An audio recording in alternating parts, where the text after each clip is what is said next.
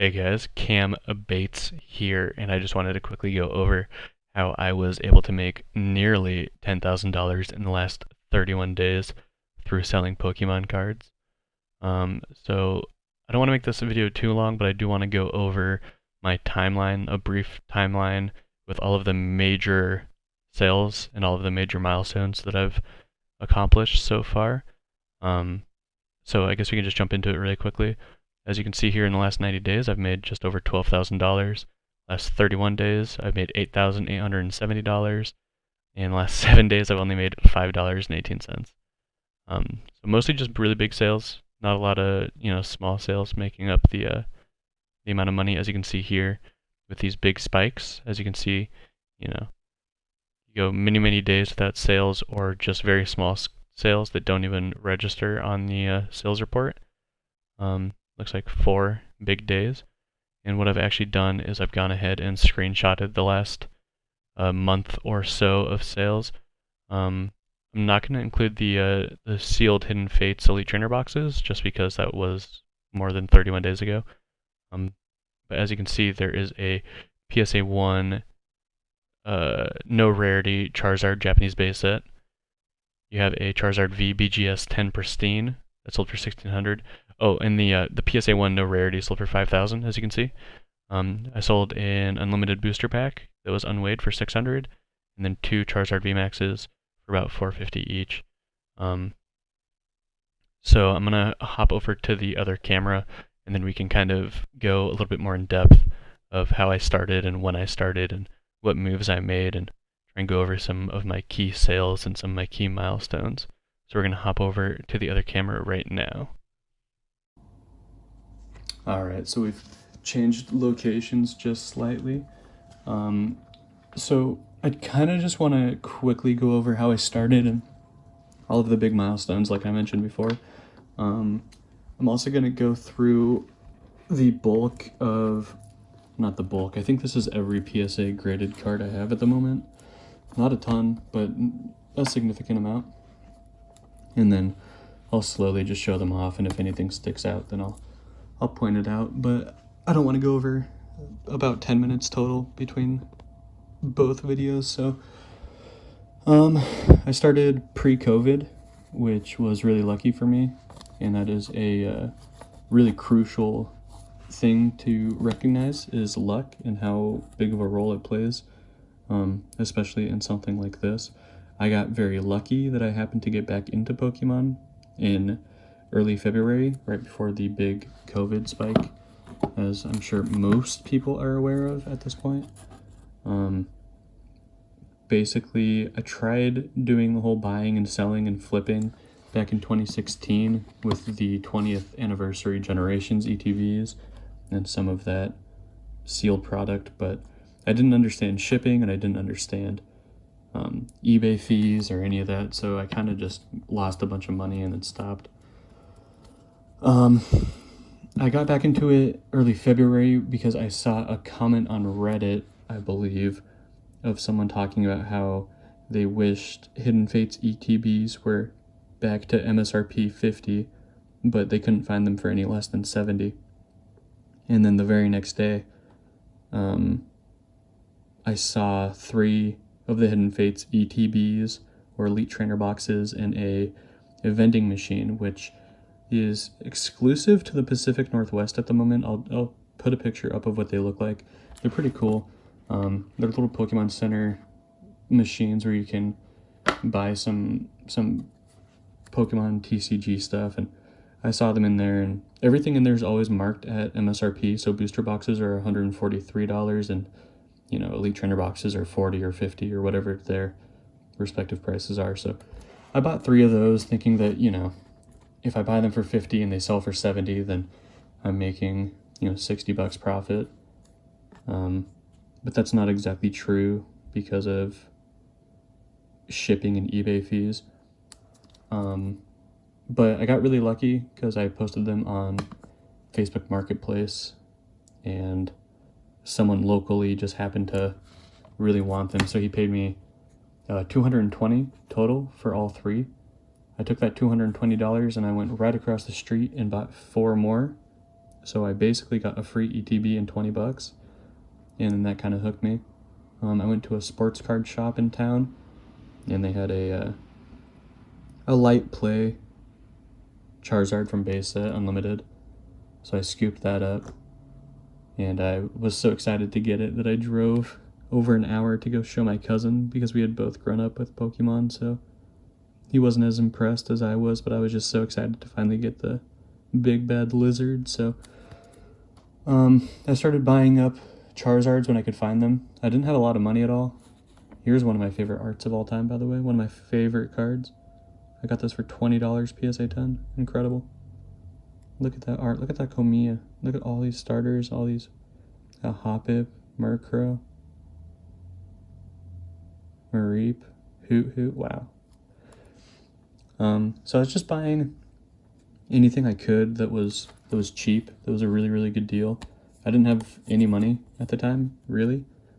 I was basically just taking any of the extra few dollars that I was getting from buying the Elite Trainer boxes.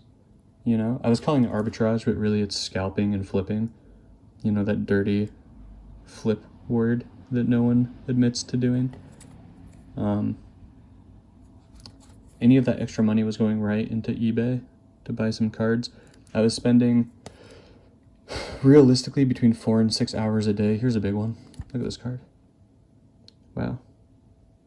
We can focus on this for a little bit. I was spending between 4 and 6 hours a day on eBay trying to find a good deal, and that never really paid off. I was getting Charizards from base set for market price all day long, you know, $100, $150 at the time.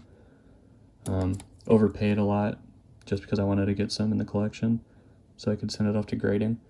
But I finally got a really good deal with the complete sealed set of Mario and Luigi.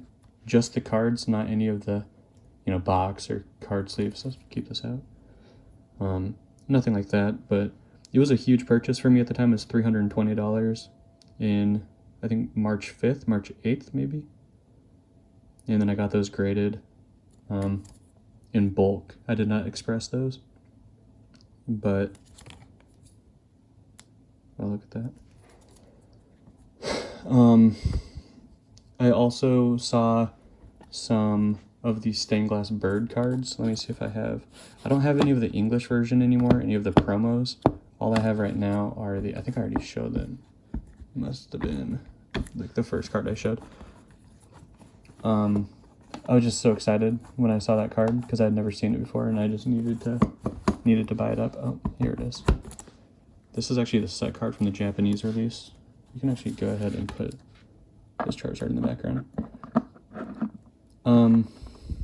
I was so excited when I saw this card. I was actually really sad when I saw it because I thought it was going to be so expensive before I found out that I could get them for $7 a piece or so. So I scooped all of them up that I could find, and I got about 20 sealed ones for maybe $10 a piece. This is actually, like I said, the Japanese. This is from Sky Legend. It's a set card, so you pull it out of a pack.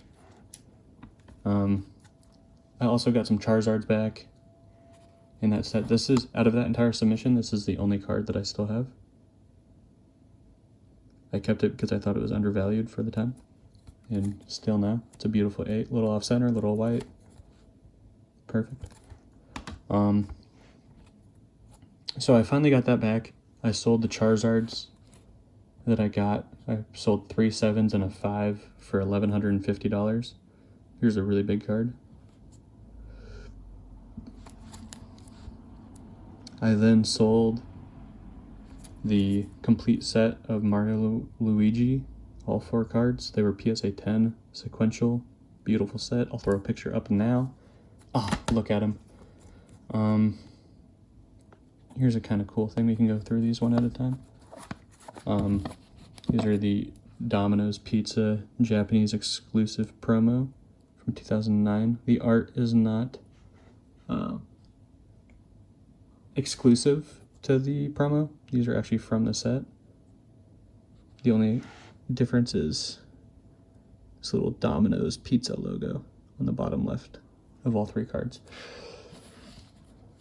I don't regret selling any of those cards for the amount that I did. It would be nice if I had them still, but that's kind of a a key point, right, is I would have more money now if I didn't sell any of those, right? In theory, except I wouldn't, because I wouldn't have been able to make any of the purchases that I made with the money that I made from selling. I may have reprioritized some, but I'm still really glad with what I sold and what I was able to do with it. So that was a really big sale, you know, getting that submission back, selling about 10 of the PSA 10 stained glass bird promos I got back out of the 13 or so. I ended up doing a little giveaway with one of them where if you donated $10 to a suicide prevention charity, you were entered in to win the stained glass bird card. And I got that inspiration because I won a card through a very similar way. Here it is. It says, "Thank you for supporting local or public media." And this is from Quachancy on the E4 forum and Discord. I got this for $10. Beautiful card. And so I kind of took inspiration from that, and I figured, you know, I have so many of these cards, what would it hurt for me to, you know, give one away? And I think that's really important to remember, is that if you're able to actually make a significant amount of money off of these cards, you know, what does it hurt to actually, you know, give back a little bit? Here we go, PSA 9 first edition base set. And then so the money that I had from the Mario sale, I took that, and someone on Craigslist happened to be selling about 400 sealed Ancient Muse, and I got those for about $6.50 total per card after everything was said and done. And that was a sale that I would not have been able to, you know, snatch up had I not been, if I didn't have the funds or the capital available, right? So, you know, I could have kept the Mario and Luigi and that would have been fine, but then I would have missed out on 400 sealed Ancient Muse, which in my mind is much better. So those Muse, I sold a bunch of those. And this is kind of where things start like exponentially going, right? So this entire time I'm making submissions every month to PSA. I still haven't gotten any bulk submissions back other than my very first one that I submitted back in March. When I do get those back, I'll probably make videos on them, so it could be pretty exciting. But there we go. Look at that. So I sold a bunch of the Ancient Muse. 50 of them are being graded right now. And with that leftover money from the Ancient Muse, what I actually did is I bought those two Charizard VMAXs, you know, spent $100 each, got them graded. You know, I turned the $200 plus $150 in grading into about $900 minus about $100 in fees and shipping. I bought some Champions Path because that came out and I got lucky, right? It's keyword. I even wrote it down in my notes. Luck, right there. Luck. Don't forget that luck is going to play a huge factor in this. If you can find deals, if you have, you know, if you get lucky and find them, if you get lucky and get a 10. So Champions Path, I got lucky. I pulled a Charizard V. I got lucky that it was well centered, and I got lucky that I got a BGS 10. So I got lucky that I was able to sell it for $1,600. I also took that money from the Ancient Muse, and someone was selling a no rarity PSA 1 Japanese base set Charizard. And I got lucky that I bought it for trade value of about $800 to $850. It was about $520 out of pocket, including my part of the trade. And I got lucky that the market exploded again and again and again. And that card sold a couple weeks ago for about $5,000. Now, it's all exponential, right? It all feels like it's a momentum-driven system. So if I can take this momentum, because those I think are the main sales, right? Other than that booster pack. But that booster pack came from me spending hours and hours and hours a day on eBay, refreshing, going to Craigslist, going to Mercari, going to Facebook Marketplace, going to my coworkers and being annoying and being that guy where people say, dude, stop talking about Pokemon. But guess what, dude? If me talking about Pokemon gets me a good deal because someone remembers that they have a binder, so be it, you know? Look at this beautiful art. Are you kidding me? Can we just respect this art for a moment? I'd rather look at this than that Charizard GX in the background right there. Basically, all I'm saying is I got super lucky over and over again, but I was also cognizant and aware of kind of what's going on and doing my best that if I do make a sale, that I'm able to turn it into something more. Because at this point, I'm able to buy back everything that I've sold and not feel bad about it.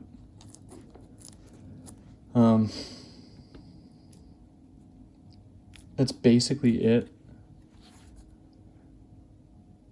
Look at that art. Are you kidding me? Yeah, I mean, like, that's basically it. I have about 400 cards at PSA right now. So I'm really excited to get those back. Really excited to do, like, PSAs, reveals, or whatever. I have, I think, 3 express orders coming back. And that's also a key part that I didn't mention, but I might talk about it in a later video, is doing express orders to keep, you know, quick flips going. You know, quick money out, quick money in. I need to really fix this camera angle. My camera is actually my phone, and it's actually propped up against an empty glass of water. Guess it wouldn't be a glass of water if it's empty, but anyway, that's basically it. I'm excited to make more videos. I don't know what my next video would be about. Maybe shipping and like how to package things, or I don't know, how to try and spot arbitrage with like things where you can buy sealed products and crack them open to get them graded and things like that. But either way, thanks for watching.